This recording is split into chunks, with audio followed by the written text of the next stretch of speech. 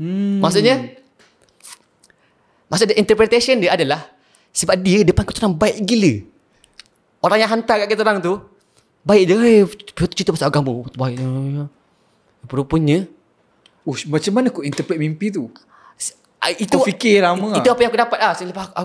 Lepas aku kenapa mimpi tu? Macam asal nama dia dekat dalam masjid tapi dia tak ada pun dalam masjid. Faham tak?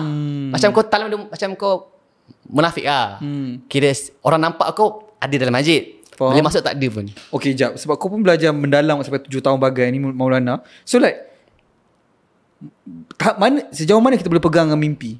Tak boleh. Oh, tak boleh pun lah. Okay. Boleh untuk diri sendiri. Untuk macam mimpi, tadi tu lah, kau just nak pegang, kau fikir mimpi kau untuk diri kau. Sebanyak mana kau nak percaya. And dia bukan dalil untuk sesiapa pun. Faham tak? Okay, maksud dia, kalau aku katakan ini betul dia, tak. Boleh jadi itu bukan dia pun. Tapi setakat yang aku percaya, apa yang aku mimpi tu je lah.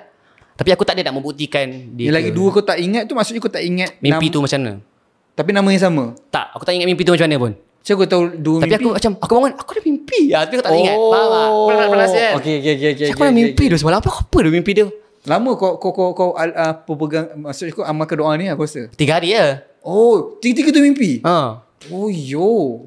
Asal tak teruskan lagi lepas tu doa tu? Cukup lah. Okay, kalau kau tahu pun siapa yang buat, kau nak buat apa?